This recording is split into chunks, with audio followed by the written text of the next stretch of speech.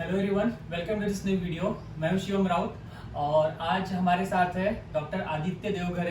He is from GMC Gondia 17 batch और इनका all India rank आया है नीट पीजी 2023 में 4080 4080 और इनका स्कोर था 582। So welcome sir. Thank you Shivam. आप कुछ अपने बारे में बताइए। तो हेलो एवरीवन, मेरा नाम है आदित्य सुनील देवखरे।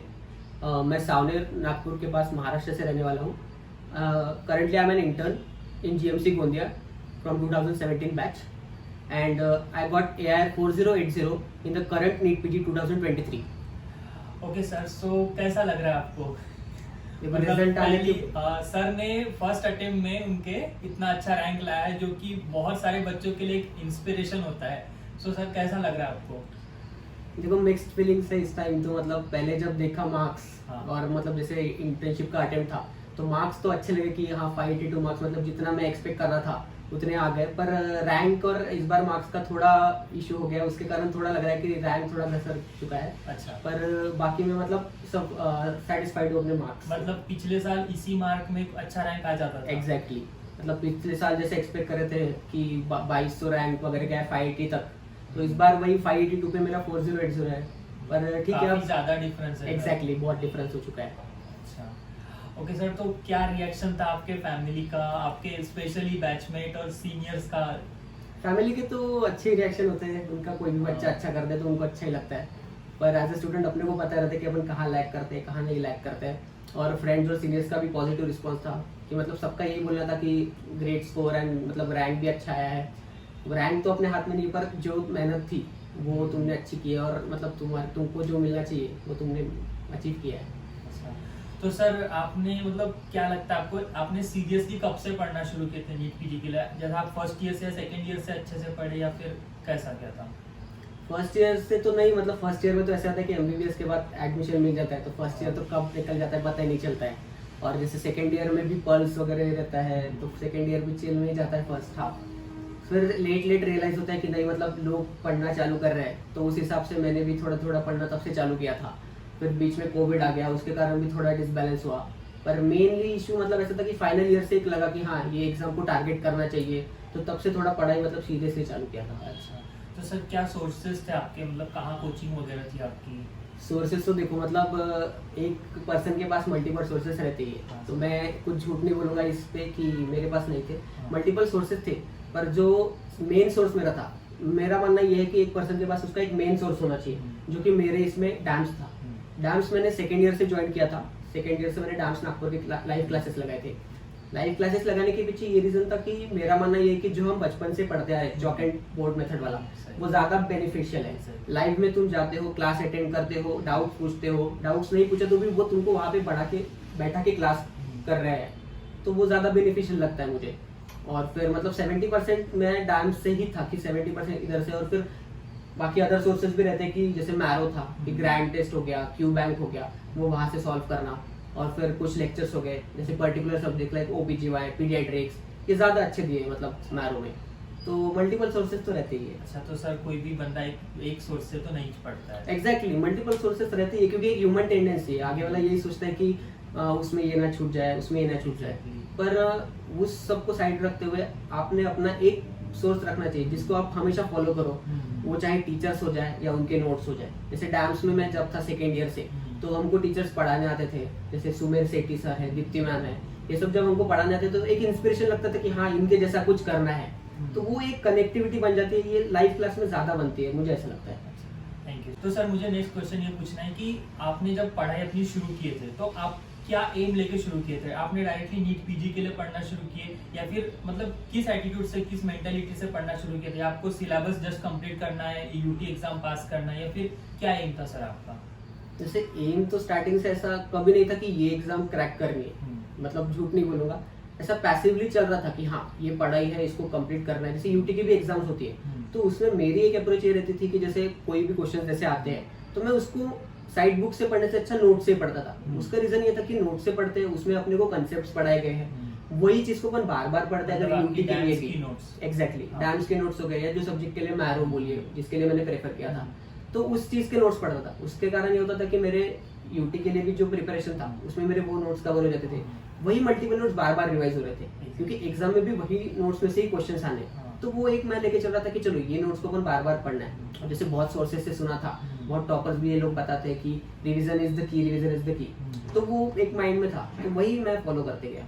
अच्छा, ओके। तो सर मुझे नेक्स्ट क्वेश्चन ये पूछना है कि आपका क्या मोटिवेशन था, किस इंस्पिरेशन को आप सामने रख के पढ़ते थे? क्योंकि बहुत बार जैसा अपने मोटिवेशन खत्म होता है तो हम नहीं पढ़ते, बहुत लोग पढ़ना छोड़ देते हैं, बट एक कंसिस्टेंसी मेंटेन रखने के लिए एक मोटिवेशन होना जरूरी है हर किसी के लिए।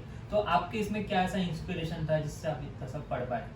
मोटिवेशन तो मैं ऐसा बोलूंगा कि मतलब मेन मोटिवेशनल मेरे लिए डांस के टीचर्स थे। अच्छा, मतलब वो एक ऐसा सोर्स है, मैंने इससे पहले बताया कि लाइव क्लासेस, टीचर्स को तुम देख रहे हो, आगे जब वो आते हैं उनका एक ऑरा क्रिएट हो जाता है। अच्छा, ऐप पे मुझे यही लगता है कि ऐप पे जो टीचर्स पढ़ा रहे हैं, ऐसे किसी को ऑफेंड नहीं करना चाहता, पर ऐप पे जो टीचर्स पढ़ा रहे हैं वो तुम्हारे पास एक ऑरा क्रिएट कर सकते हैं बाय विजुअल्स और बोल के, पर जब तुम एक पर्सन के पास खड़े रहते हो, उसके साथ बोलते हो, तो एक ऑरा क्रिएट होता है। वो मुझे डांस में ज्यादा अच्छा लगा कि सर वहाँ पे थे, तो सुमेर सर, जैसे मैंने लिया सुमेर सर, दीप्ति मैम हो गए, फिर तुषार मेहता सर, फिर अपना सौरभ जिंदल सर करके बहुत सारे टीचर्स हैं, बहुत लोगों को पता भी नहीं होगा पर ये है टीचर्स। तो इनके ऑरा में जब थे कि हाँ इनके जैसे बनना है, अगर इनके जैसे 10% भी अचीव कर लिया तो वो एक माइंडसेट में था, तो उनके जैसे करना था और फिर उसमें लगे रहे, तो मतलब उसका फायदा बहुत हुआ मुझे। अच्छा, तो सर जैसे हम पढ़ाई करते हैं तो हर किसी के लाइफ में टेंशन वगैरह आता है, स्ट्रेस आता है, हम जितना खुद से एक्सपेक्ट करते हैं उतना आगे हम, या उतनी अपनी पढ़ाई नहीं हुई तो टेंशन आता है, फिर उसी के साथ अपने बैचमेट्स हो गए, वो अपने से ज्यादा मार्क ला रहे, अच्छा कर रहे, तो ये सब चीजें आप कैसे हैंडल करते थे? देख, पीयर प्रेशर तो आएगा,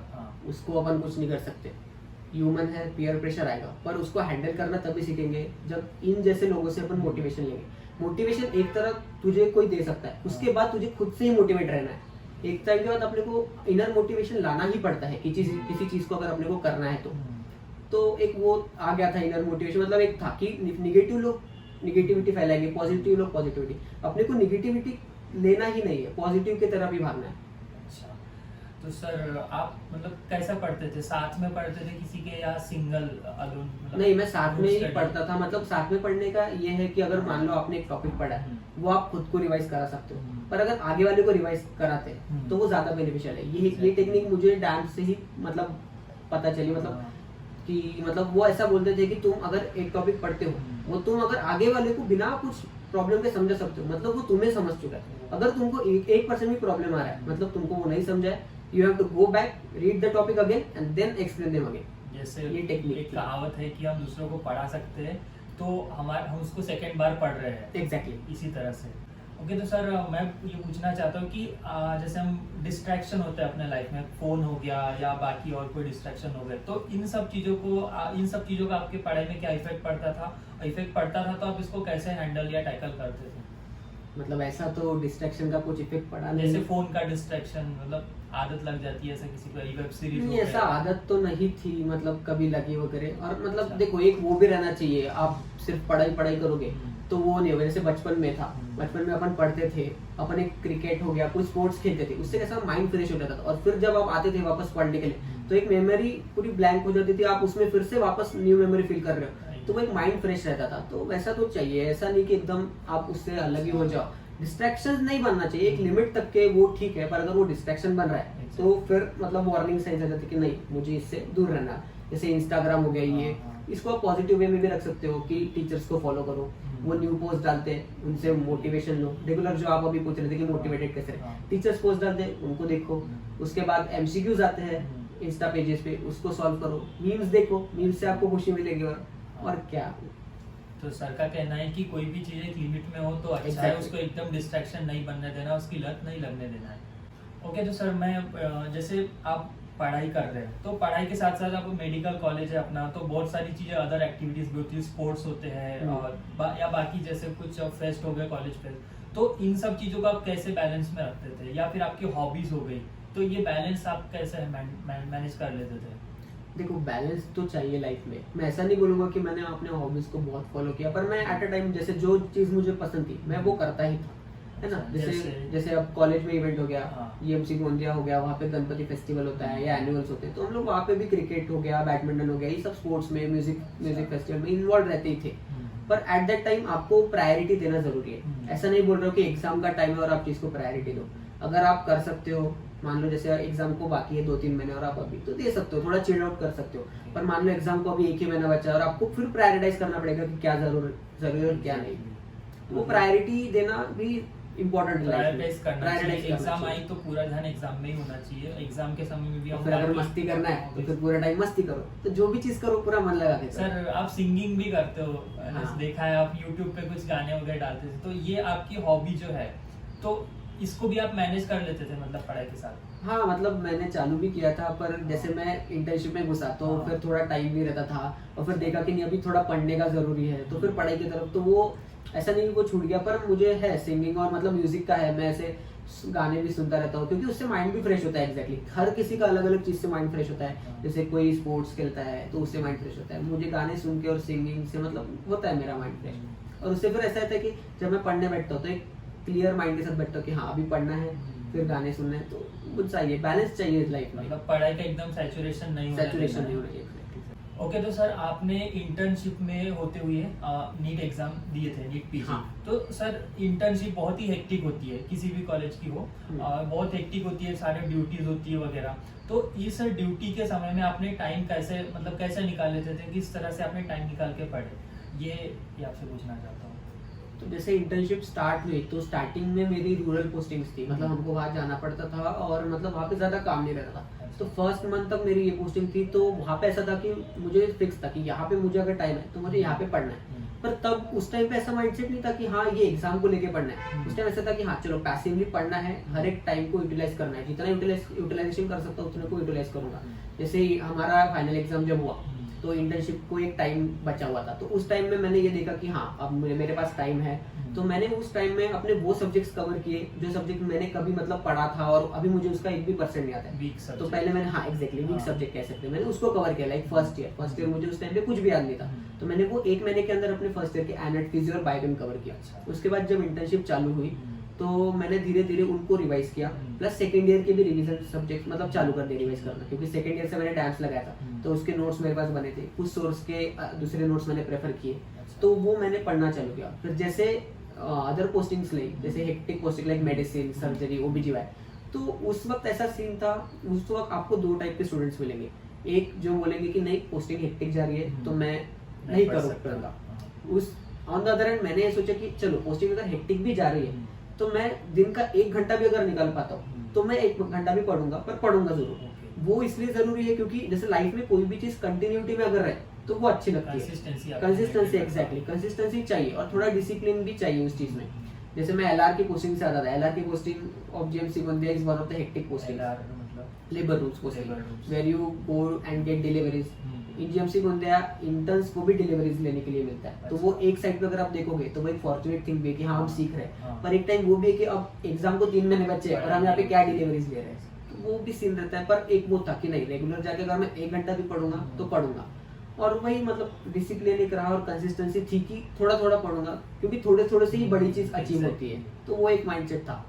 और फिर मतलब दिसंबर के आसपास जैसे मैंने देखा कि नहीं अब एग्जाम आसपास आ रहे, तो मैंने लाइफ में कुछ ऐसे डिसीजंस भी लिए जिसमें बहुत लोगों ने साथ भी दिया, बहुत लोग अपोज भी कर रहे थे, और वो था मतलब पोस्टिंग्स में एक्सटेंशन लेना। क्योंकि जेएमसी गोंदिया का कॉलेज नया है और मतलब जैसे बाकी कॉलेजेस में लेते हैं बच्चे एक्सटेंशन के लिए, क्योंकि it is right, you have to take something that favours you. अगर तुम खुद के बारे में नहीं सोचोगे एट दैट पॉइंट तो फिर आगे फिर कुछ मतलब नहीं है। तो मैंने उस वक्त थोड़ा सोचा अपने बारे में कि नहीं ये राइट टाइम है अभी थोड़ा डिसीजन लेने का, रेडिकल डिसीजन का। कितने महीने का एक्सटेंशन लिया था आपने? मैंने 2 पोस्टिंग्स में एक्सटेंशन लिया, 1 महीने का मेरा एक्सटेंशन एग्जैक्टली। अच्छा। और बीच में ये भी हो गया था कि उन्होंने एलिजिबिलिटी क्राइटेरिया बढ़ा दिया था, तो ये भी था कि अगर एक्सटेंशन लग भी गया तो बाद में 1 महीने में अपन कवर कर सकते हैं। क्योंकि अब जिस पोजीशन पे हो अभी कोई रिग्रेट नहीं है मेरे मन में, नहीं तो वो एक रह जाता था कि काश मैं कर लेता। तो वो सिचुएशंस में जाने से अच्छा मैं अभी सेटिस्फाइड हूँ कि मैंने लिया एक्सटेंशन। तो मतलब कैसी भी आपकी ड्यूटी रहे, आपने थोड़ा तो भी दिन का टाइम हाँ। निकाला, कंसिस्टेंसी आपने ब्रेक नहीं होने दी। हाँ, और कंसिस्टेंट रहने के लिए मैंने एक ये भी देखा कि जैसे सर्जरी पोस्टिंग थी तो तब सर्जरी की क्विज आई थी, तो मैंने सोचा कि चलो इसमें पार्ट ले लेते हैं, इस बार भी पूरा सर्जरी हो जाएगा। हाँ। क्योंकि surgery is a major chunk of NEET PG exam, surgery के क्वेश्चंस आते हैं, वो अलाइन रहते हैं पीडियाट्रिक के साथ, तो एक वो भी थोड़ा माइंडसेट था उस वक्त। ओके, तो सर आपने जितनी भी आपने अब तक पढ़ाई की है first starting from first year, तो आपका कोई सा मेंटर था क्या, या जिससे आप हर समय जिसके पास आप जाते थे गाइडेंस के लिए, आपको कोई सीनियर हो ऐसा कोई मतलब मैक्सिमम टाइम सीनियर ही होते हैं जिनसे आप पूछते हैं कि सर कैसे करना है हाँ। वगैरह, तो ऐसा कोई आपके लाइफ में था क्या? ऐसे सीनियर में तो मेंटर कोई नहीं था। हाँ, मतलब सीनियर्स थे हमारे, मतलब हमारे सीनियर्स बहुत अच्छे थे, हमको गाइड करते थे। वो चाहे यूटी के एग्जाम हो गए या फिर ऐसे छोटे छोटे डिसीजन वो गाइड करते थे। पर ऐसा मतलब नीट पीजी के एग्जाम के लिए नहीं बोलूँगा कि ऐसा कोई था मतलब सीनियर्स में, क्योंकि हमारा भी कॉलेज नया है। Okay. बहुत सारे चीज़ें हमको भी नहीं पता है, हमारे सीनियर्स बोलते कि उनको नहीं पता है। तो वो एक था, वो एक अभी भी लगता है कि काश कोई होता ऐसा बताने वाला। अच्छा। वो नहीं था, पर हाँ एट दैट टाइम मतलब अभी तो बहुत सोर्सेस है कि तुम यूट्यूब पे जा सकते हो, वीडियो जैसे देख सकते हो, जैसे अब लोग भी अपना वीडियो देख रहे हैं। हाँ। तो वो भी एक देखेंगे कि चलो इससे मुझे कुछ सीखने मिल जाए। तो वो एक था कि इधर उधर से देख लिया करते थे। और फिर उस वक्त मैंने ये सोचा कि अगर चलो मान लो इसको अपन एक डिसएडवांटेज नहीं पकड़ते, अपन एक एडवांटेज ढूंढते कि अपने पास टीचर्स है। डांस के टीचर से पूछता था कि सर ये कैसे करना, वो बता देते कि देखो बेटा ऐसे ऐसे करो। तो वो एक छोटी छोटी मतलब उसे सीख लेते गए, करते गए। और मैंने बोला आपको जैसे कि पैसिवली होते गए सब। मेन फोर्स जो लगा वो दिसंबर के बाद से ही लगा मेरा, दिसंबर 2022 से ही चेंज हुआ पूरा, जो चीज़ चेंज हुआ। अच्छा, तो आपने मतलब मैक्सिमम आपको सपोर्ट करने वाली मतलब हेल्प करने वाले आपके डांस के Dance के टीचर्स ही थे, teachers, ऐसा कर exactly. सकते हैं। ओके, तो सर जैसे हम पढ़ाई करते हैं तो समझो कभी हम अच्छा फ्लो में पढ़ लेते हैं, पर कभी कभी हमसे पढ़ाई नहीं हो पाती या फिर हमने मार्क कम आना शुरू हो गए, तो ये हम मतलब कुछ थोड़ा डाउनफॉल होना शुरू हो जाता है कभी कभी अपना, या कुछ ब्रेकडाउन होते हैं, मेंटल ब्रेकडाउन वगैरह। तो इन सब चीज़ों को आप कैसे हैंडल करते थे, और इन चीज़ों को हैंडल करने में आपके फ्रेंड्स या फैमिली का क्या क्या हाथ होता था, ये बताइए आप। देखो मेंटल ब्रेकडाउन तो हो गई। हाँ। किसी की लाइफ ऐसे स्ट्रेट लाइन नहीं है, या किसी की लाइन ऐसे एक्सपोनेंशियल नहीं है। हाँ। सबकी लाइन में उतार चढ़ाव तो है नहीं। तो उसको हैंडल करना तो मतलब आगे वालों से ही सीखना पड़ेगा कि एक पर्सन को देखते हैं अपन, जैसे घर वालों को, पेरेंट्स ने अपने बहुत चीज़ें देखी है तो उनसे सीखो कि कैसे हैंडल करते हैं। फ्रेंड्स, एक आपके पास मतलब एक तो भी अच्छा फ्रेंड होना चाहिए जो आपको हर जगह गाइड करे कि कैसे क्या होता है। और देखो फेलियर से मतलब मैं बोलूँगा कि फेलियर से तो सीखना ही चाहिए। हाँ। अगर तुम उसके पॉजिटिव पॉइंट्स देखते हो, हाँ। वो तुम्हारी खूबी है। फेलियर से सब लोग नेगेटिव देखते हैं कि ये चीज़ मेरे साथ अच्छी नहीं हुई, पर वो देखो कि उससे तुम अच्छा क्या निकाल सकते हो। तो वो एक था। फेलियर्स तो ऐसे कुछ हुआ नहीं, ऐसे कुछ अलग फेलियर जो अच्छा। होगा, पर अभी देखते हैं। ओके, तो सर आप अभी मैं ये पूछना चाहता हूँ कि पर सब्जेक्ट आपका क्या अप्रोच था, जैसे फर्स्ट ईयर के सब्जेक्ट हो गए, सेकेंड ईयर के, और फिर क्लिनिकल सब्जेक्ट्स हो गए, तो इनको किस अप्रोच से आपने पढ़ाई की, और मतलब इनका क्या वेटेज होता है नीट पीजी में, ऐसा कुछ आप बताइए। जैसे एनाटॉमी से हम शुरू करते हैं तो। देखो नीट पीजी में तो ऐसा है कि क्वेश्चंस आजकल जो है वो इंटीग्रेटेड आने लगे। तो क्वेश्चन देख के तो बता ही नहीं सकते कि ये क्वेश्चन एनाटॉमी का है कि मेडिसिन का है, जैसे क्वेश्चंस आ रहे हैं। और जैसे वेटेज का बात करेंगे तो final year and third year मतलब जो क्लिनिकल सब्जेक्ट्स है वो ज़्यादा चंक कैरी करते हैं। और जैसे आपने एनाटॉमी का पूछा, तो मतलब एनाटॉमी मैंने एक ही सोर्स से पढ़ा और वो था ई गुरुकुल से अश्विनी कुमार का। मतलब he is the godfather of anatomy. अगर करना है, मेरा यही था सिस्टम कि मैं अलग अलग सोर्सेस से नहीं करूँगा, एक ही सोर्स से करूँगा, पर उसको अच्छे से करूँगा। तो मैंने एनाटॉमी अश्विनी कुमार का किया, उसके पूरे नोट्स प्रिपेयर किए। जब मेरे फाइनल ईयर का एग्जाम हो गया था और इंटर्नशिप को 1 मंथ बाकी था, तो मैंने उस टाइम पे एनाटॉमी, फिजियो और बायोकेम कवर किया। एनाटॉमी मैंने गुरुकुल अश्विनी कुमार से किया, और फिर अभी एग्जाम के टाइम के वक्त ना वो अपने वन शॉर्ट एनाटॉमी निकालते हैं ऐसा, तो उसको मैंने रिवीजन नोट जैसे रखा और शॉर्ट नोट्स भी प्रिपेयर किए। क्योंकि at the time of exam आप 350 पेज के नोट्स नहीं रिवाइज कर सकते, तो आपके पास एक होना चाहिए कि हाँ ये मुझे एंडिंग के 10 दिन में, मतलब मेरी स्ट्रेटेजी वही थी कि एंडिंग के 10 दिन के लिए पढ़ना है मुझे। जब मैंने पढ़ना चालू किया तो मैंने ये सोच के पढ़ा कि I have to study for the last 10 days. और फिर अगर वो तुमने कर लिया एक बार क्रैक, तो फिर एग्जाम इजीली क्रैक हो सकता है। ओके, तो सर ये चीज़ मैं आपको पूछना चाहता हूँ कि जैसे आपने मतलब इंटर्नशिप के बाद ही शुरू किया, इंटर्नशिप में आपने पढ़ाई शुरू की, तो मैक्सिमम लोग जो है फाइनल ईयर तक आते तक अपना फर्स्ट ईयर का एनएट फिजियो मैक्सिमम भूल जाते हैं, थोड़ा बहुत इंटीग्रेटेड याद रहता है, बट वो मेजर उसका बेसिक भूल जाते हैं। तो आपने मतलब वो किस तरह से वो बेसिक को मतलब पढ़े अच्छे से, ये आप मतलब अच्छे से बताइए कि हम फाइनल ईयर में हैं और हम समझो नीट की पढ़ाई करना शुरू कर रहे हैं, हाँ। तो हम फिर से उसको पूरा एनाटॉमी तो नहीं पढ़ सकते, पूरा हाँ। फिजियो मतलब हर चीज लाइन टू लाइन नहीं पढ़ सकते। Exactly. तो इस चीज को आपने कैसे हैंडल किया? इस चीज को एक एट अ टाइम के बाद मुझे समझ गया कि PYQs बहुत इंपॉर्टेंट है। जैसे कि MHS की एग्जाम होती है, तो उसके लिए अपन एक भलानी लेके बैठते हैं, उसके PYQs निकालते हैं और मतलब इनकोड करते हैं उधर। तो वो चीज अगर तुम एक छोटी एग्जाम के लिए, मतलब ऐसा नहीं बोलूंगा, पर वो एक पासिंग एग्जाम हुआ कि तुमको पास होना है, वो ऑन करना है, पर ये एग्जाम जो तुम्हारी लाइफ डिसाइड करने वाले कि तुम कौन सी ब्रांच लोगे, कहाँ से लोगे, तुम्हारी ब्रांच तुम्हारा लाइफ डिसाइड करेगी। तो उस एग्जाम के लिए तुम बैठो, पहले स्टडी करो कि पेपर में क्या आने वाला है। नहीं तो हम बैठे हैं सब पढ़ते हुए, वो नहीं होगा। ऐसे तो मेडिसिन का सिलेबस कभी, मेडिसिन मतलब पूरे 90 सब्जेक्ट्स कभी खत्म नहीं होंगे। तो you have to first study the paper and then go for the paper. Okay, तो पहले स्टडी करो कि क्या पूछने वाले हैं। अगर एक बार तुमने वो देख लिया, और ये कैसे स्टडी करेंगे, PYQ से। जैसे अब मोस्टली लोगों के पास मैरो होता है, तो उनके सेक्शन में क्यू बैंक भी है, सब एनाटॉमी सब सब्जेक्ट के, लास्ट में उन्होंने रखा है प्रीवियस ईयर क्वेश्चन, उसको स्टडी करो, उसमें जाओ, देखो कि कौन से टॉपिक्स पे क्वेश्चन मैक्सिमम पूछे। अच्छा। क्योंकि एग्जामिनर का भी माइंडसेट ये होता है कि मैं बच्चों को बेसिक से बेसिक्स क्वेश्चन पूछूंगा। अपन बहुत हाई फाई चीजें पढ़ के जाते हैं एग्जाम में, पर एक टाइम के बाद होता है कि अपने को बेसिक्स भी नहीं याद आते होते हैं। जैसे अब अपर लिम्ब में से पूछते हैं कि हैंड के मसल्स कौन से, अपने को नहीं याद आते क्योंकि अपन बहुत पढ़ के जाते हैं, प्लांटर मसल्स पढ़ के जाते हैं, पर वो तो कभी पूछते ही नहीं है ना। तो वो एक आइडिया होना चाहिए एक एग्जाम गोइंग स्टूडेंट को कि एग्जाम में क्या पूछते हैं। और सेकंड चीज, मतलब ये भी एक बार वो स्टडी कर लिया तो ऐसा ही नहीं है कि सिर्फ रिसेंट 5 इयर्स के क्वेश्चन ही सॉल्व करने हैं। वो टॉपिक से रिलेटेड जो भी क्वेश्चन दिए हैं, लाइक मैरो में, डांस में, जो भी क्यू बैंक आपके पास है, उसके इर्द गिर्द सारे क्वेश्चन कर लो। अच्छा। और टॉपिक भी वही रिसेंट टॉपिक से रिपीट होते हैं एग्जाम में। कि तो सर का कहना ये कि हम जैसे थर्ड या फाइनल ईयर में आके पढ़ाई शुरू कर रहे हैं, तो फर्स्ट ईयर और सेकंड ईयर के सब्जेक्ट हम पूरे मतलब लाइन टू लाइन नहीं पढ़ सकते, तो उसको हमने PYQ के अप्रोच से जाना चाहिए, जो मैक्सिमम क्वेश्चन पहले पूछे गए हैं। पहले हमने वो भी कंप्लीट कर लिए, तो हम मतलब बहुत आगे अपना एक अच्छा खासा प्रिपरेशन हो जाता है। ओके, तो सर आपने जो हम प्रैक्टिस टेस्ट देते हैं उसके बारे में आपका क्या कहना है कि हमें कब से वो टेस्ट देना शुरू करना चाहिए, क्या लगता है आपको? देखो, बहुत सारे लोग बोलते हैं कि स्टार्ट कर दो ग्रैंड टेस्ट देना, पर एक टाइम होता है, क्योंकि ह्यूमन टेंडेंसी है, अगर आपको कम मार्क्स आते हैं तो आपको अच्छा नहीं लगता कि मैं बार बार उस चीज में जाऊँ और मैं अपनी बेइज्जती करूँ। तो वो एक रहता है, पर वही है कि कब तक आप स्टार्ट नहीं करोगे, कब तक डरोगे, वो एक पॉइंट रहता है दिमाग में। तो मैंने तो मतलब थर्ड ईयर से चालू कर दिया था ग्रैंड टेस्ट देना, क्योंकि सेकंड ईयर तक ऐसा होता है कि हम कोचिंग लगाते हैं, थोड़ा बहुत पढ़ लेते हैं, तो आइडिया आ ही जाता है कि अच्छा एग्जाम कैसे रह सकता है, क्या रह सकता है। थर्ड ईयर से ग्रैंड टेस्ट देना चालू किया था, पर थर्ड ईयर से प्रॉब्लम ये था कि कोविड आ गया, तो तब बैलेंस थोड़ा हमारा बिगड़ गया, क्योंकि हम कोविड बैच थे। एक चीज पूछना चाहता हूँ आपको, सॉरी, ग्रैंड टेस्ट आप देते थे तो वो कंप्लीट 19 सब्जेक्ट की देते थे कि बस फर्स्ट और सेकंड ईयर के 19 सब्जेक्ट कंप्लीट 19 सब्जेक्ट एग्जैक्टली। अच्छा। तो कोई ऐसा भी बोलेगा कि थर्ड ईयर में हो और 19 सब्जेक्ट के दे रहे हो, फोर्थ ईयर के तो चीजें आ ही नहीं रहे। पर बैठो, मेन इशू ये कि 11th तक हम लोग जब कोचिंग में जाते थे ना, हमारे पास एंड्रॉइड फोन्स रहते थे ना कुछ रहता था, तब हम लोग इतने सिंसियर थे कि हमारे मार्क्स जो थे वो भी फैमिली वालों के फोन्स पे जाते थे एग्जैक्टली, कि कितने मार्क्स आ रहे हैं, वो बोलते थे कि क्यों कम आ रहे हैं। तो ये एक मॉनिटरिंग रहती थी, वो MBBS में आने के बाद हट जाती है। बस सब यही सोचते हैं कि पास हो गया, हाँ चलो पास हो गया, ठीक है, UT एग्जाम को हमको पास ही करना है, उसमें कोई इशू नहीं है। पर ये एग्जाम के लिए खुद में डिसिप्लिन चाहिए, और खुद में डिसिप्लिन अगर 2 साल अपन कर लेते हैं, जैसे 12th के बाद फर्स्ट सेकंड ईयर तो कैसे गायब होता है पता नहीं चलता है, तो वो डिसिप्लिन एक निकल जाता है UG स्टूडेंट के इसमें। तो वो लाने के लिए फिर ग्रैंड टेस्ट देना जरूरी है।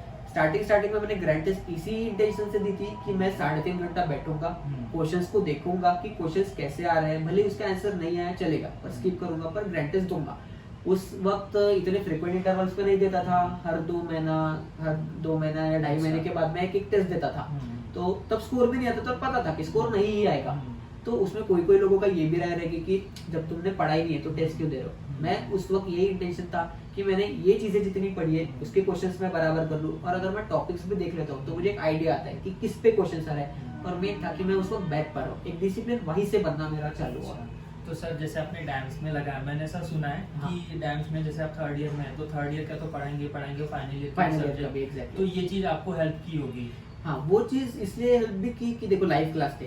हमारा ऐसा था कि सैटरडे संडे क्लास होता था एक चीज का, मान लो जैसे ENT है, अब मैं अगर बोल दूं अदर सोर्सेज पे कि आपको ENT के लेक्चर्स करने हैं, तो आप फिर वो आपके हाथ में कि आप 3 डेज में कंप्लीट करो, 10 डेज में, या फिर आप उसको 1 महीना भी लगा सकते हो। क्योंकि कैसा होता है कि थर्ड ईयर में जैसे अपन रहते हैं तो we have to attend the posting, आपको पोस्टिंग जाना होता है रेगुलर टू रेगुलर, फिर आप आते हो। और थर्ड ईयर में जैसे कोई भी ईयर आप स्टार्टिंग करते हो तो आप थोड़ा लूज रहते हो, and it's okay to be loose, ठीक है, वो चलेगा। पर एट अ टाइम वो देखो कि आप अदर स्टूडेंट्स क्या कर रहे हैं बाहर। जैसे हम डैम्स में जाते थे तो हमारे वहाँ पे डैम्स नागपुर में, IGGM से नागपुर, GM से नागपुर, ऐसे विदर्भ के कॉलेज के मतलब मैक्सिमम स्टूडेंट्स आते थे। तो आप जब 600 लोगों के साथ बैठो तो तब आपको समझ आ रहा है कि हाँ बच्चे आ रहे हैं, बच्चे अभी से मेहनत कर रहे हैं, तो we have to work hard. अपन सोचते हैं कि कॉलेज में कोई कर रहा है कोई नहीं कर रहा है, आपका कंपटीशन उनसे नहीं है, आपका कंपटीशन बाहर के लोगों से भी नहीं है, पर एक आइडिया होना चाहिए कि चल क्या रहा है, व्हाट इज गोइंग ऑन, है ना। तो वो एक था कि वहां पे जाके पता चलता था अच्छा ये चल रहा है, अपने को इस पेस से करना है, वो एक आइडिया रहता दिमाग में।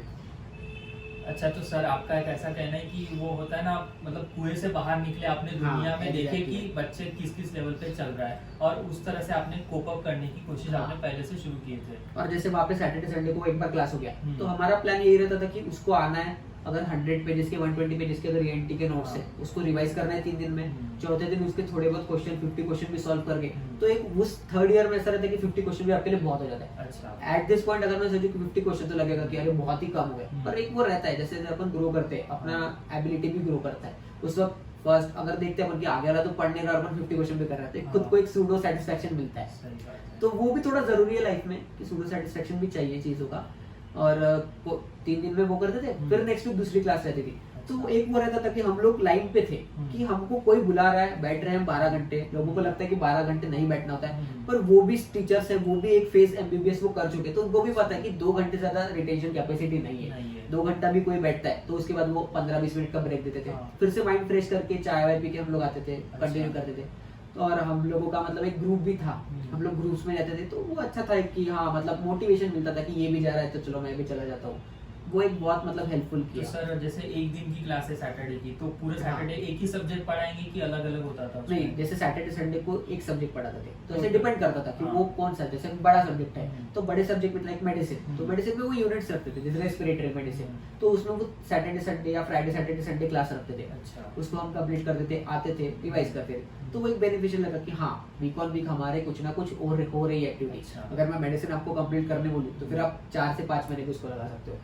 ओके, तो सर जैसे आपका डैम्स में था, अब मैक्सिमम बच्चे डैम्स मतलब हर किसी का अलग अलग सोर्स होता है, मैनो प्रेपलेटर वगैरह लोग लेते हैं, तो आपके हिसाब से उन्होंने किस तरह से करना चाहिए कि उसी स्पीड में वो उनका अच्छे से पढ़ाई हो, क्या स्ट्रैटेजी होनी चाहिए, इस पे आप डिटेल में बताइए थोड़ा। देखो जैसे जनरेशन बढ़ते जा रही है आगे, प्लानिंग और स्ट्रेटेजी सबकी अलग अलग हो रही है। पहले तो लोग लास्ट ईयर या इंटर्नशिप में लगाते थे क्लासेस, फिर बीच के एरा में चेंज हुआ, हम लोग जो हम सेकंड ईयर से ही कोचिंग हमने लगाई है, और आजकल के बच्चे तो फर्स्ट ईयर से ही ऐप बाय कर लेते हैं, देखना चालू करते हैं, तो वो भी अच्छा है, पर एक थोड़ा खुद को भी टाइम दो, क्योंकि आप जस्ट अभी कोचिंग से निकले हो और आप फिर से उसी कोचिंग के तरफ जा रहे हो, तो वो भी थोड़ा एक रिस्की है, मुझे ऐसा लगता है। आप थोड़ा खुद को टाइम दो, खुद को स्पेस दो, एंजॉय करो कि हाँ तुमको एक MBBS की सीट मिली है और आपने अर्न की है वो, तो उसको थोड़ा एंजॉय करो, फिर एक वापस ब्रेक लेके फेज में लग जाओ। तो जैसे अगर मान लो जैसे आपका क्वेश्चन था कि किसी के पास ऐप है, तो उसने क्या करना चाहिए, तो जैसे वो फॉर एग्जांपल सेकंड ईयर में है या थर्ड ईयर जैसे उसने शुरू किया है, तो मतलब आपका कहना था ना कि फर्स्ट जब आप थोड़ा गैप दो, तो समझ लो मान लेते हैं फर्स्ट ईयर अपना गैप में चला गया, उसमें अपने एग्जाम तक पढ़ाई की UT तक, बाद में हम जब अच्छे से पढ़ना शुरू किए तो उस समय क्या एग्जैक्टली स्ट्रेटेजी होनी चाहिए? जैसे सेकंड ईयर से मान लो किसी ने डैम्स नहीं लगाया, जैसे डैम्स है तो फिर आपको वो लाइन पे रखेंगे कि आपको आना है करना है। मान लो जैसे आपकी बात की अपना मैरो ई गुरुकुल प्रेपलेटर हो गया, तो उस टाइम स्टूडेंट के पास एक खुद का रहना चाहिए कि मुझे इतने टाइम में ये करना है। और जैसे प्रेपलेटर के ऐप में भी है कि ये लेक्चर को इतना टाइम देना चाहिए, ये लेक्चर को इतना टाइम, ये लेक्चर इतने दिन में होना चाहिए, ये टाइमलाइन उन्होंने वहां पे दी है, तो आपको वो रखना पड़ेगा करने के लिए।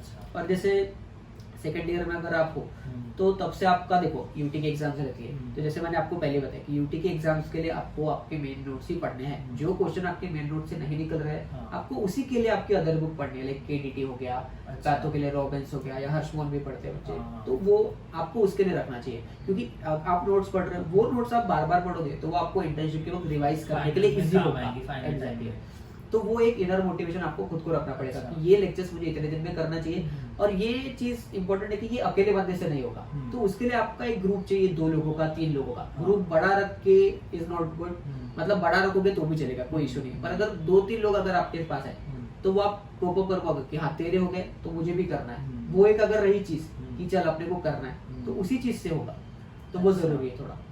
ओके, तो सर का कहना ये है कि जैसे अपने पास एक सोर्स है मैरो प्रेपलेटर जैसा, तो इसमें अपने को खुद का ही मोटिवेशन रखना पड़ेगा कि उसी मोटिवेशन से, खुद के डिसिप्लिन से ही हम प्रॉपर टाइम में हम एक मतलब जितना अपना गोल है कि इतने लेक्चर अपने को करके पढ़ना है, ये सब अपन अचीव कर सकते हो, खुद के डिसिप्लिन से ही होगा। ओके, तो सर नेक्स्ट चीज मैं आपको पूछना चाहता हूँ कि हमने शुरू की थी बात ग्रैंड टेस्ट देने से। हाँ। तो ग्रैंड टेस्ट आपने एक बार दे दिया, अब उस चीज को आप मतलब वो एनालाइज कैसे करते थे, क्या आपका अप्रोच होता था उसके रिजल्ट को लेके, फिर जैसे कोई मिस्टेक हुई तो उसको सुधारने का क्या अप्रोच होता था, ये आप बताइए। जैसे मैंने आपको पहले बताया कि ग्रैंड टेस्ट मैंने 3rd ईयर से देना चालू किया, तो तब स्कोर नहीं आ रहा था, तो तब ये भी नहीं था कि स्कोर क्यों नहीं आ रहा। पर जैसे फाइनल ईयर में गए, फाइनल ईयर में बहुत कम ग्रैंड टेस्ट दिए मैंने। उसका रीजन ये था कि मतलब पोस्टिंग्स थी, हमको 5 महीने का ही टाइम था, तो अपना पोस्टिंग्स भी करना था, फाइनल ईयर के लिए भी पढ़ना था, क्योंकि अगर पास ही नहीं होंगे तो फिर नीट की तो एग्जाम दूर ही हो गई, तो पास होना भी जरूरी था उस एग्जाम में। तो उसमें बहुत प्रॉब्लम हुई, फिर कुछ ऑनलाइन एग्जाम्स हुए, तो उस इशू में ना वो रह गया। पर जैसे वो खत्म हुआ फेज, उसके बाद मैंने इंटर्नशिप जैसे स्टार्ट की तो देना थोड़ा चालू किया ग्रैंड टेस्ट वगैरह। उसमें भी इंटर्नशिप बीच में जब हेक्टिक होने लग गई थोड़ा, तो वो टेस्ट रह गई। तो जैसे क्वेश्चंस का जैसे आपने पूछा, ग्रैंड टेस्ट के जो क्वेश्चंस गलत होते थे, तो मैं सब्जेक्ट वाइज रिवाइज करता था कभी भी। जैसे मान लो अब मैंने टेस्ट सॉल्व किए और जैसे मुझे देखना है, रिव्यू करना है, तो मैं एनेट से चालू करूंगा। मान लो एनेट के 8 क्वेश्चन है, तो मैं देखूंगा कितने सही हुए कितने गलत हुए। एक टाइम के बाद पता चल जाता है कि कौन से आपके वीक सब्जेक्ट्स हैं। जैसे मान लो मैं पहले स्टार्टिंग में मेरे सेकंड ईयर में बहुत वीक था, माइक्रो हो गया, पैथ हो गया, फार्मेक हो गया। ये सब्जेक्ट ऐसे थे कि तुम इसको रिवीजन मल्टीपल रिवीजन जब तक नहीं है तब तक ये तुम्हारे को स्कोर देंगे ही नहीं। ये सब्जेक्ट्स ऐसे हैं, ये बहुत स्कोरिंग सब्जेक्ट्स है, पर ये तुमको नीचे भी खींच सकते हैं अगर तुम उनकी तरफ ध्यान नहीं दोगे। तो मुझे माइक्रो स्टार्टिंग में कुछ भी नहीं आता था, मैंने फिर रिवाइज करना चालू किया थोड़ा थोड़ा, और फिर उस गैप के बाद देता था मैं, तो स्कोर इंप्रूव होता था। कभी कभी ऐसा भी रह सकता है कि मैंने अभी रिसेंटली रिवाइज किया है, तो वो उसके कारण स्कोर बढ़ रहा है, बट ठीक है, वो तुमको एक सेटिस्फेक्शन देगा कि हाँ यही करने की जरूरत है मुझे, तो तुम वापस वो चीज करोगे बार बार। तो मैं सब्जेक्ट वाइज देखता था, एनेट का हो गया, फिजियो का हो गया, और फिर जो गलत होते थे वो पॉइंट को देखता था कि हाँ ये रिलेवेंट कितना है मेरे से, क्योंकि उसके पहले मैंने पीवाईक्यूज करना सॉल्व करना चालू कर दिया था। तो मुझे पता था कि हाँ एग्जैक्टली अगर जैसे ग्लासगो कॉमा स्केल से क्वेश्चन आने वाला है, मुझे पता है, तो अगर यहाँ पे ग्लासगो कॉमा स्केल का क्वेश्चन मेरा गलत हुआ है, तो मैं लिखता था उसमें कि अच्छा ये पॉइंट एक एडिशनल पॉइंट है, ये मुझे पता रहना चाहिए, क्योंकि उसके आजू बाजू में ही क्वेश्चन आएगा। और मान लो जैसे जिसपे क्वेश्चन ही नहीं है, तो मैं उसको स्किप कर देता था कि दिस इज नॉट इम्पोर्टेंट, मतलब उसका प्रीवियस ईयर में कोई क्वेश्चन नहीं आया। एग्जैक्टली ऐसा। अच्छा, तो आपका मेजर रेफरेंस आप प्रीवियस ईयर को लेके प्रीवियस ईयर, हाँ सबने वही बताया था। और अभी बहुत फोकस हो चुका है कि पीवाईक्यूज करो, क्योंकि जो एग्जामिनर भी है उसको भी कोई इतना वो नहीं, दिमाग नहीं लगाना है कि मुझे ये नए टॉपिक से पूछना है। जैसे बीच में कोविड आ गया था, तो उसने 2-3 क्वेश्चन बना दिए कोविड से, बाकी पूरे वही क्वेश्चन आ गए। तो ऐसे पर्टिकुलर टॉपिक से कि क्वेश्चन आने ही वाला है वैसे, और वो अवेयरनेस रहना बहुत जरूरी है, क्योंकि अगर आप बिना पीवाईक्यूज करके जाते हो एग्जाम में, तो आपका रैंक ऑलरेडी बहुत मतलब नीचे आने वाला है, ये पक्का है। तो पीवाईक्यू मतलब करना ही करना है, ये तो आपने को सर ने बता दिया। सर आपने अभी जितना भी आप बताए, तो आपने रिवीजन पे बहुत जोर दिए हो। हाँ। तो आप हमको ये बताइए कि किस तरह से हमें रिवीजन करना चाहिए, जैसे पढ़ लिए, और तो इसको 2 चीजों में बताइए कि अभी हम समझो मैक्सिमम लोगों का आंखें खुलती है बोल सकते हैं, फाइनल ईयर में जाने के बाद या 3rd ईयर के एंड तक आंखें खुलती है, तो फर्स्ट ईयर के सब्जेक्ट को किस तरह से, या सेकंड ईयर के सब्जेक्ट को, ये फर्स्ट सेकंड ईयर के सब्जेक्ट को किस तरह से रिवाइज करना चाहिए, और जो करंट में हम सब्जेक्ट पढ़ रहे हैं 3rd ईयर के, फाइनल ईयर के, इन सब्जेक्ट को रिवाइज कैसे करना चाहिए, ये थोड़ा बताइए आप। क्योंकि सॉरी सर, क्योंकि फाइनल ईयर के सब्जेक्ट हम पढ़ेंगे तो यूटी के लिए पढ़ ही रहे हम, तो उसको भी एक तरीके से मतलब ना क्वेश्चन आंसर वाइज अपने को रिवाइज करना पड़ेगा। तो इस तरह को मतलब कैसे मैनेज करना चाहिए ये चीज। देख, रिवीजन बहुत इंपॉर्टेंट है। मतलब मैंने जितने भी लोगों से सुना उन्होंने यही कहा कि रिवीजन करके जाओ, रिवीजन करो, पीवाईक्यूज करो, तुमको अच्छे मार्क्स आने ही है ना। तो रिवीजन का जैसे तूने पूछा मुझे, तो रिवीजन का मेरा ये सीन था, जैसे मैंने पहले बोला कि यूटी के लिए रिवाइज करते तब पढ़ो, वो नोट्स बार पढ़ लेते। और उसके बाद रिवीजन का इम्पोर्टेंट ये कि तुम आखिरी के 10 दिन के लिए पढ़ो, मेरा मानना ये है। उसका क्या मतलब होता है? उसका मतलब ये है कि मान लो मेरे पास 19 सब्जेक्ट्स के नोट्स से पूरे बने हुए, जैसे मेरे पास मैंने डांस किया था तो 90 सब्जेक्ट के हैंडरिटन नोट्स है मेरे पास। तो अब उनको मुझे आखिरी के 10 दिन के लिए कैसे पढ़ना है, जैसे अब मान लो एनाटॉमी के नोट्स है 350 पेजेस के, डैम्स के अगर आप मेडिसिन के नोट्स की बात करोगे 800 पेजेस के अगर नोट्स आते हैं, तो मैं 800 पेज नहीं रिवाइज कर सकता, क्योंकि एंडिंग में मुझे प्रेफरेंस भी देना है कि मुझे कौन सी सब्जेक्ट, क्योंकि वोलेटाइल सब्जेक्ट लाइक बायोकेम हो गया, लाइक फिजियो हो गया, जो थोड़े ग्राफ्स आते हैं, तो वो बहुत वोलेटाइल रहते हैं कि आपको उसके कंसेप्ट पता भी रहे तो आपको याद ही करने पड़ते हैं। लूप्स हो गया, विगर्स डायग्राम्स हो गए, ये सब टॉपिक्स है कि उसमें से क्वेश्चन आने वाला है, तो आप उनको छोड़ नहीं सकते क्योंकि आपको पता है वो आने वाले हैं। तो उसकी रिवीजन की स्ट्रेटेजी यही थी मेरी कि मैंने बड़े सब्जेक्ट जो थे उनको शॉर्ट नोट्स में बना के रखा था। लाइक कुछ सब्जेक्ट के मैंने खुद से बना करके थे, लाइक एनाटॉमी हो गया, तो मैंने एनाटॉमी को 15 से 20 पेज में ऐसे शॉर्ट में करके रखा था कि हाँ इसमें से बहुत क्वेश्चंस पूछे गए हैं और इससे मैंने 1-2 पॉइंट्स ऐड कर दिए उसमें कि हाँ चलो इसमें से आएगा कम से कम, क्योंकि आखिरी के 10 दिन में क्या होता है कि एंजाइटी बढ़ने लगती है। मान लो आपके पास 19 सब्जेक्ट्स है, आपको एट दैट पॉइंट नहीं समझता है कि मुझे किसको प्रेफरेंस देना है, क्योंकि जब आप सेकंड ईयर को प्रेफरेंस देने जाते हो, क्योंकि सेकंड ईयर जैसे मैंने आपको बताया कि अगर आप उनको छोड़ते हो तो वो आपको बहुत ही तंग करेंगे, तो तब आपको लगता है कि मेडिसिन इंपॉर्टेंट है, सर्जरी इंपॉर्टेंट है, पीट्स इंपॉर्टेंट है। अब जैसे सर्जरी की बात अगर कर लेते हो 650 पन्ने नहीं रिवाइज कर सकते 650, तो मेरी वही टेक्निक थी कि जो सब्जेक्ट्स को मैं शॉर्ट में बना सकता हूँ मैं उनको तो भी बनाऊंगा कि एट द लास्ट टाइम अगर मुझे एंजाइटी होती है और मुझे नहीं पता कि मुझे क्या रिवाइज करना है तो मेरे पास कुछ तो भी रिवाइज करने के लिए। और फॉर्चुनेटली इस बार तो ऐसा हुआ कि डैम्स जो हमारी कोचिंग थी उन्होंने डीवीटी का बुक लॉन्च किया, तो उन्होंने सब सब्जेक्ट्स को इतने छोटे बुक में कन्वर्ट कर दिया। अच्छा, तो वो एक सोर्स हो गया था मेरे पास कि हाँ चलो मेरे पास अगर कुछ नहीं है तो मेरे पास ये रिवाइज करने के लिए, तो मैंने उसमें से ये मल्टीपल रिविजन्स भी की। जैसे मेडिसिन के सब्जेक्ट्स थे तो उन्होंने इतने, अगर वो 800 पन्ने के नोट्स है तो उन्होंने उसको 100 पन्ने के अंदर कन्वर्ट कर दिया था। तो आप समझ सकते हो कि अगर 800 पेज है और 100 पेजेस है बहुत फर्क होता है। तुम 100 पेज अगर पढ़ते हो हाई यील्डिंग टॉपिक्स तुम 8 बार पढ़ लोगे और आगे वाला सिर्फ उसको एक बार ही पढ़ेगा। तो इम्पोर्टेंट वो है, एक बार में पढ़ के नहीं याद रहेगा, मल्टीपल रिविजन पे उसको बहुत सारी चीजें याद रहेगी। तो सर का कहना ये है कि रिवीजन तो करना ही करना है, लेकिन सर ने क्या किए वो सारे जितने भी है उनको कंसाइज किए, और कंसाइज किस तरह से किए, जो प्रीवियस ईयर में जो टॉपिक आए थे उनको स्पेशली उस पे भार देके उन्होंने उनको कंसाइज किए थे और सिर्फ उनको सर ने रिवाइज किए। ओके सर, नेक्स्ट क्वेश्चन मैं आपसे पूछना चाहता हूँ कि समझो कोई चीज आपको हार्ड जा रही थी, कोई टॉपिक आपको मतलब बहुत ही प्रॉब्लम जा रही समझने में, तो ऐसे समय में आप उस चीज को किस तरह से टैकल करते थे, मतलब क्या गो टू अप्रोच था आपका उसके लिए? देखो जो हार्ड टॉपिक्स है जैसे एक टाइम के बाद ना बहुत सारी चीजें रहती है कि वो आपको मेमोराइज होती ही नहीं है, तो उसके लिए आपको फिर निमोनिक्स हो गया, ट्रिक्स हो गया, वो आपको खुद की बनानी पड़ेगी। या यूट्यूब पे बहुत सारे टीचर्स है लाइक निकिता ननवानी मैम और जैनब बोरा मैम, तो आप उनके हेल्प ले सकते हो कि उनके वीडियोस देख सकते हो, वो देंगे ही आपको चीजें याद करा देंगे। अच्छा, तो वो एक था कि अगर कुछ हार्ड टॉपिक्स लग रहे हैं जैसे ग्लॉसोस्टोमा स्केल याद नहीं हो रही है या फिर XYZ टॉपिक कोई है, फिजियो के ग्राफ्स याद नहीं हो रहे हैं, तो वो मैं उनकी वीडियो पे जाके देख लेता कि अच्छा कैसे याद करने को, कुछ मिल गया तो it is well and good, क्योंकि उससे मुझे फायदा ही होने वाला है, और नहीं मिला तो फिर मुझे अदर वे तो ढूंढना ही पड़ेगा। तो जो भी हार्ड टॉपिक्स है पहले उसमें कंसेप्ट लगाओ, अगर कंसेप्ट लगा के भी याद नहीं हो रहा, लाइक जेवीपी के वेव्स, जेवीपी पे मैक्सिमम टाइम क्वेश्चन आता है, तो कंसेप्ट पता है कि हाँ सी वेव इससे बनने वाली है, ए वेव उससे बनने वाली है, पर एट द एग्जाम आप कंसेप्ट लगाने के लिए आपके पास टाइम नहीं, क्योंकि वो क्वेश्चन ऐसा है कि छोटा क्वेश्चन है और 4 ऑप्शंस है, तो आपको अगर टाइम सेव करना है तो आपको उसमें ट्रिक्स लगाने ही पड़ेंगे, क्योंकि आप उस एट दैट टाइम आप कंसेप्ट नहीं लगा सकते। आप मेक श्योर कर सकते हो कि क्रॉस चेक करने के लिए कि राइट है कि नहीं, उसके लिए आप कंसेप्ट लगा सकते हो, पर एट दैट टाइम आपको क्विक एंड फास्ट होना पड़ता है, तो उसके लिए ट्रिक्स और निमोनिक्स की हेल्प लेता था मैं, और बहुत सारे निमोनिक्स मैंने खुद के भी बनाए थे, तो वो बहुत हेल्पफुल किए मतलब एग्जाम में। ओके, तो सर का कहना है कि अगर कोई प्रॉब्लम कोई क्वेश्चन या कोई टॉपिक अपने को सच में प्रॉब्लम दे रहा है तो अपने को उसको निमोनिक या जहाँ से भी हम हो सके उसको निमोनिक या उसको सिंप्लीफाई करके उसको अपन ने मतलब पढ़ लेना चाहिए। हाँ, पहले कंसेप्ट लगाओ, अगर कंसेप्ट नहीं होता है और पता है कि उससे क्वेश्चन आने ही वाला है तो फिर उस चीज को आपको याद करना ही है, आपके पास कोई ऑप्शन नहीं है उस चीज को कि आप छोड़ के तो नहीं जा सकते हो। ओके, तो सर ये हमने जितनी भी बातें की कि हमारा प्रिपरेशन कैसा होना चाहिए। अब आ गया एग्जाम का समय, एग्जाम को समझो 10 दिन बचे, 5 दिन बचे, इस समय आपका क्या अप्रोच था पढ़ाई को लेके, और इस समय मतलब क्या स्ट्रेटेजी थी आपकी पढ़ने की? जैसे 5-10 दिन तो बहुत दूर की बात हो गई, मतलब मैं थोड़ा पीछे जाना चाहूंगा। जैसे दिसंबर की बात थी और मेरी OBGY की पोस्टिंग चालू थी, तो उस वक्त मैंने ग्रैंड टेस्ट दी थी। अगर मैं आपको उसका स्कोर बताऊंगा तो मैं खुद मतलब विश्वास नहीं कर पा रहा हूँ कि हाँ मैंने इतना स्कोर लाया है with in that span of time.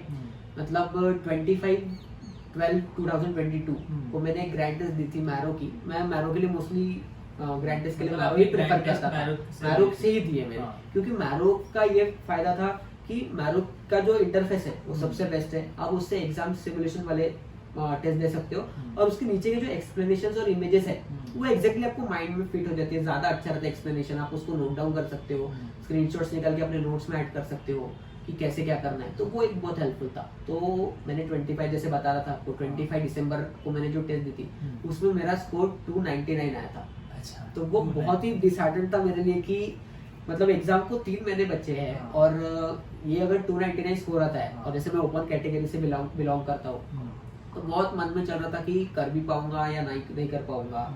तो वही था कि कैसे करूँ क्या करूँ। तो सुमेर सर के बहुत वीडियोस मैंने देखे, उनके पॉडकास्ट भी मैंने सुने। तो उनका यही था कि कभी भी इन चीजों को निगेटिव नहीं सोचना है। इनको अगर कुछ भी चीजें लाइक फेलियर जैसे आपने बीच में बोला था, अगर ऐसे कुछ आता है तो उनसे पॉजिटिव देखो कि हाँ मैं कहाँ लैग कर रहा हूँ, मैं कौन से सब्जेक्ट स्ट्रॉन्ग कर सकता हूँ। तो तब मैंने ये देखा कि मैं फाइनल ईयर के सब्जेक्ट में अच्छा कर रहा हूँ। ENT ऑप्थेल्म ऑब्वियसली थर्ड ईयर के जो सब्जेक्ट्स होते हैं वो आपको याद रहते ही है, वो आपको रहने ही है यार। PSM बहुत इंपॉर्टेंट है। PSM को मोस्टली लोग छोड़ देते हैं कि इसको कैसे याद करेंगे, पर उससे पीजी में जो क्वेश्चंस आते हैं वो बहुत ही क्लिनिकल आते हैं और मतलब ऐसे सोचने पे मजबूर कर देते हैं आपको कि हाँ ये अच्छा क्वेश्चन है। तो बहुत स्कोरिंग सब्जेक्ट्स है ये, इनको नहीं छोड़ना चाहिए। तो इन सब्जेक्ट्स पे मैंने थोड़ा फोकस कम कर दिया कि हाँ ये क्वेश्चन तो मुझे जमने वाले हैं।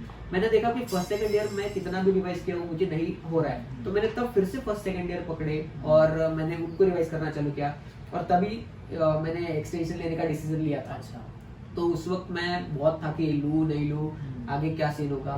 पर उस वक्त ये वो ही रहता है कि आपके साथ एक तो भी पर्सन ऐसा चाहिए जो आपको राइट गाइड कर सके, चाहे वो आपका फ्रेंड हो, फैमिली हो, जो भी हो। तो मैंने घर पे ही कॉल लगाया कि क्या करना चाहिए। तो मुझे घर वालों ने सीधा बोला कि तू घर पे आ जा। मैं घर पे गया, मैंने 14 दिन का जो एक्सटेंशन लिया उसमें बैठ के फर्स्ट सेकंड ईयर रिवाइज किए। और उसके बाद जब मैंने 2 हफ्ते बाद ग्रैंड टेस्ट दिए तो उसमें मेरा स्कोर एकदम 452 460 आने लग गया। तो वो एक लगा कि मुझे कि नहीं हाँ यहाँ से थोड़ा चेंज हो रहा है मेरी लाइफ में। तो एक वो रहा कि 299 से 460 जब हुआ विद इन 2 वीक्स, वो बोल सकते हैं कि शॉर्ट टर्म मेमोरी रहे या कुछ रहे, पर वो एक मुझे सेटिस्फेक्शन दे रहा था कि हाँ चलो मैं कर सकता हूँ, आगे जा सकता हूँ। उसके बाद फिर मैंने जनवरी से ऐसा चालू किया था कि वीकली टेस्ट देता था। उसके पीछे रीजन ये था मेरा कि एग्जाम संडे को ही होने वाला है और एग्जाम का जो टाइमिंग था 9 से 12:30, मैं उसी टाइम मतलब 10 के टाइमिंग पे एग्जाम देता था, क्योंकि एग्जाम तो रात को नहीं होने वाला है। तो रात को ग्रैंड टेस्ट देके कुछ मतलब नहीं है, आपको प्रिपेयर करना है उस फेज के लिए। जैसे मैं आपको बोल रहा हूँ स्टार्टिंग से कि लास्ट 10 डेज के लिए प्रिपेयर करते हैं। तो एक वही इंटेंशन था कि उस चीज के लिए मुझे अभी से प्रिपेयर होना है। तो मैंने जनवरी से मतलब मार्च तक लगभग 2 महीने होते हैं, तो उसमें हर संडे को मैंने 8 ग्रैंड टेस्ट दिए। तो उसमें मेरा स्कोर ऐसे ही था 460 413 और मतलब 450 के आसपास वैरी होते गया। तो मेरा एक वही था कि चलो मुझे एग्जाम में इससे अच्छा करना है तो मैं कैसे कर सकूं। तो मैंने एंडिंग में फिर जो डैम्स का DBT का बुक था उसको बहुत अच्छे से रिवाइज किया। और फिर मैंने एक चीज ये देखा कि मेरा स्कोर एकदम 530 गया। जो मेरा ग्रैंड टेस्ट का हाईएस्ट स्कोर था अभी तक मैरो का, वो 530 था। ये 8 टेस्ट के अंदर 800 में से एग्जैक्टली 800 में से 530 समथिंग। तो तब मैंने देखा कि हाँ ये सब्जेक्ट सब मेरे एरिया के अंदर आ चुके हैं और कौन से सब्जेक्ट में मुझे फोकस करना है। लाइक OBGY मेरा बहुत ही वीक सब्जेक्ट था और मेन एग्जाम में भी वही मेरा मेन वीक सब्जेक्ट निकला। उसमें से मेरे मतलब 5 से 6 क्वेश्चन गलत हो गए। तो वो मुझे अभी भी है थोड़ा, पर उसमें अपन कुछ नहीं कर सकते, अब जो हो गया उसमें कुछ नहीं कर सकते एग्जैक्टली। पर वही था कि वहां से मेरा पूरा फेस चेंज हो गया कि 299 से मतलब जब मैं देखता हूँ खुद को कि 582, तो मैं सोचता हूँ कि हाँ मतलब मैंने अपनी कैपेबिलिटी से जो था वो बहुत अच्छा कर लिया। और आगे का तो जो ऊपर वाला चाहिए वही होगा। ओके तो सर फिर मैं फिर उसी इस पे आना चाहता हूँ कि हमने क्या करना चाहिए लास्ट के 5 दिन में, क्या अपनी स्ट्रैटेजी होनी चाहिए पढ़ने की, या किस तरह से हमने सारे सिलेबस को रिटेन करना चाहिए 5 दिनों में पूरा। वही है, फिर से बात उसी चीज पे आ जाती है कि रिवीजन सबसे इम्पोर्टेंट है। रिवीजन फिर आपको थोड़ी चीजें देखनी पड़ेगी, डेडिकेशन और डिसिप्लिन। अब डेडिकेशन डिसिप्लिन 5-4 दिन में तो नहीं आ जाएगा, वो आपको स्टार्टिंग से बिल्ड करना है। जो मेरा स्टार्टिंग की इंटर्नशिप से था कि हाँ चलो करते हैं, थोड़ा थोड़ा पैसे भी भले करते हैं। मैं रेगुलरली थोड़ा पढ़ता था जैसे आपको बताया, तो वही करता रहा मैं, उससे मेरा डिसिप्लिन बनते गया। और एक टाइम के बाद आपको चीजों को छोड़ना भी पड़ता है, लाइक सैक्रिफाइस तो जरूरी है। जब वो बोलते हैं ना कि you have to do sacrifice for something और what you want become sacrifice, तो वही होता है। मैं नहीं चाहता कि आगे जो चीज मुझे चाहिए वो एक सैक्रिफाइस हो जाए। तो उसके लिए मैंने बहुत सारे मतलब देखा मैंने लोगों को कि वो मस्ती कर रहे हैं, इंटर्नशिप है तो ऑब्वियसली मस्ती कर रहे हैं। तो मैंने थोड़ा देखा, पर वो भी एक लगा कि नहीं चलो। और मतलब मेरा एक माइंडसेट ये भी था कि मैं चीजों को पॉजिटिव वे से देखता हूँ। बहुत सारे लोग देख रहे थे कि चलो ये 3 महीने तो नहीं होगा तो नहीं करते प्रिपेयर। मैंने सोचा कि चलो करके दिखाते, नहीं होगा तो क्या होगा, इसलिए मैंने एक्सटेंशन लेने का सोचा। और उस वक्त ये भी था कि जब स्कोर अगर आता है किसी का 460, तो वो एक सोचता है ना माइंडसेट से कि मैं कर सकता हूँ। जैसे 299 पे था, अगर मैं वहां से पीछे हट जाता तो मैं अभी यहाँ पे नहीं रहता था। आप मेरा इंटरव्यू क्यों लेते थे, है कि नहीं। पर उस फेज से मैं आगे गया, मैंने सोचा कि चलो करते हैं। फिर मैंने कुछ डिसीजंस लिए। उसके बाद अब जब मैं देखता हूँ तो एक रिग्रेट नहीं है मेरे मन में कि अगर मैं कर लेता था या नहीं करता था तो क्या होता था। क्योंकि पेपर जैसे देखा तो लगा कि हाँ चलो ये अपने स्कोप में है, और फिर अपने रिविजन भी किए, क्वेश्चन भी सॉल्व किए, अटेम्प्ट्स दिए इतने, तो वो एक राखी रिग्रेट नहीं है। डिसिप्लिन चाहिए आपको, सैक्रिफाइसेस करने पड़ते हैं कि लोग अगर उसमें मजा मस्ती कर रहे हैं तो अपने को उस टाइम पे थोड़ा करना पड़ता है। मैंने इस एग्जाम को एक पॉजिटिव वे इससे भी देखा कि ये शायद पहली एग्जाम ऐसी इस बार हुई कि इंटर्नशिप के बीच में ही हो गई। अच्छा। मतलब मुझे ऐसा था कि चलो मुझे इंटर्नशिप के पहले ही अगर सीट मिल जाती है खत्म होने के, तो एक मेरा अलग माइंडसेट रहेगा, थोड़ा अलग हैप्पीनेस तो वो एक अलग हैप्पीनेस रहेगा, तो उस चीज से मैं आगे बढ़ते गया और मतलब स्कोर आ गया, तो अच्छा ही है। तो सर का कहना है कि जैसे भी कंडीशन आए उन्होंने यार हार तो नहीं माने, आगे जो होगा देखा जाएगा, पर अपना पूरा 100% देने की सर ने कोशिश की है। सर एक चीज और है कि अपनी पोस्टिंग जो होती है आपकी, स्पेशली इंटर्नशिप की तो पोस्टिंग है, फिर अपनी फाइनल ईयर की मेजर पोस्टिंग है, क्लिनिकल पोस्टिंग, तो इन पोस्टिंग का कुछ यूज हुआ क्या मतलब फाइनल स्कोर में, आपकी फाइनल पढ़ाई में किस अप्रोच से आपने पोस्टिंग को किया, ये थोड़ा सा बताइए। देखो पोस्टिंग को तो करना ही चाहिए क्योंकि आगे आपको हॉस्पिटल में ही जाना है, ठीक है, पर एक टाइम तक आपको रिस्ट्रिक्ट भी करना है कि आपको कितनी चीजें सीखनी है, कितनी चीजें नहीं सीखनी है। अगर आप एकदम उसमें इन्वॉल्व हो जाओगे तो आप ये जो मैं बोल रहा हूँ कि ये रिवाइज करना है, ये करना है, वो करना है, आप बिल्कुल नहीं कर पाओगे। तो वो दोनों का बैलेंस जरूरी है, क्योंकि हमारा तो कोविड में ही चला गया थर्ड ईयर का पोस्टिंग, वो फाइनल ईयर 5 मंथ्स का ही था हमारा, तो उसमें ज्यादा पोस्टिंग हो नहीं पाई। पर वो ये जो भी हमने क्लिनिकल केसेस देखे, मोस्टली इंटर्नशिप से बहुत फायदा हुआ, क्योंकि इंटर्नशिप में जो हमने इमरजेंसी केसेस देखे या वार्ड्स में हो गया या ओबीजीवाई में हो गया, जो भी केसेस देखे, तो उसमें थोड़े थोड़े क्वेश्चन है। अच्छा, मतलब उन पोस्टिंग में जो एक्सपीरियंस था उस पे से भी आपको क्वेश्चन मिले फाइनल में। जैसे डरमैट के ओपीडी में था, तो डरमैट के सर ने मुझे बोला था कि देख सिफिलिस अगर आया तो ये मार्क करके आना है, पेनलेस ऐसा है, तो उसमें क्वेश्चन आया, तो वो भी था।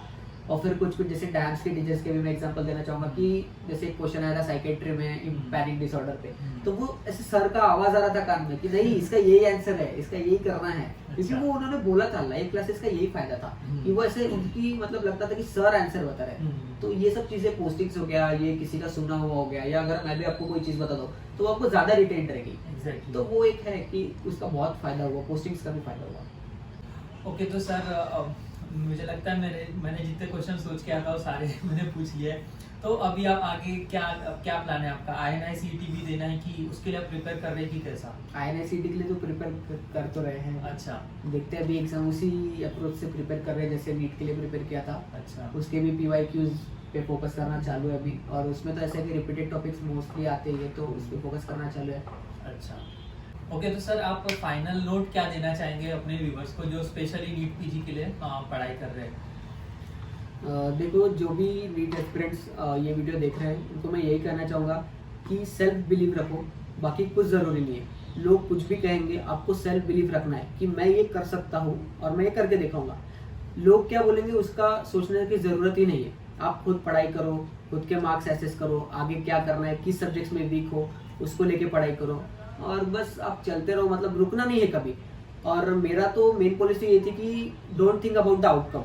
आउटकम अपने हाथ में नहीं, अपने हाथ में मेहनत करना है, अपन क्या कर सकते हैं उसके लिए वो सब कर दो। अगर मान लो नीट की एग्जाम है, मुझे उसके लिए क्या करना है, पढ़ाई करना है, ग्रैंड टेस्ट देना है, MCQ सॉल्व करना है, मैं वो करूंगा। अगर मैं ये सोचूंगा कि मुझे सीट नहीं मिली तो, मुझे कम मार्क्स आए तो आप उस फेज में घुस जाते हो, और उस फेज में अगर आप एक बार घुस गए तो फिर वही है जो निगेटिविटी हो गया ये सब फिर आना चालू हो जाता है। तो मैं ये कहूँगा कि पॉजिटिव रहो, एक दो ऐसे फ्रेंड्स रखो जो आपको हमेशा गाइड करे, पेरेंट्स तो है ही गाइड करने के लिए, टीचर्स रखो जो आपको अच्छा गाइड करे, और बस चलते रहो। Okay sir, so thank you, आपने अपना अमूल्य समय निकाला हमारे लिए और हमको एक इंटरव्यू का मौका दिया, और I wish you all the very best for your bright future. Thank you sir. Thank you. Okay sir, thank you everyone for watching this video. अगर आपके वीडियो पसंद आए तो इसे लाइक कीजिए, चैनल को सब्सक्राइब जरूर कर देना, एंड थैंक्स फॉर वाचिंग।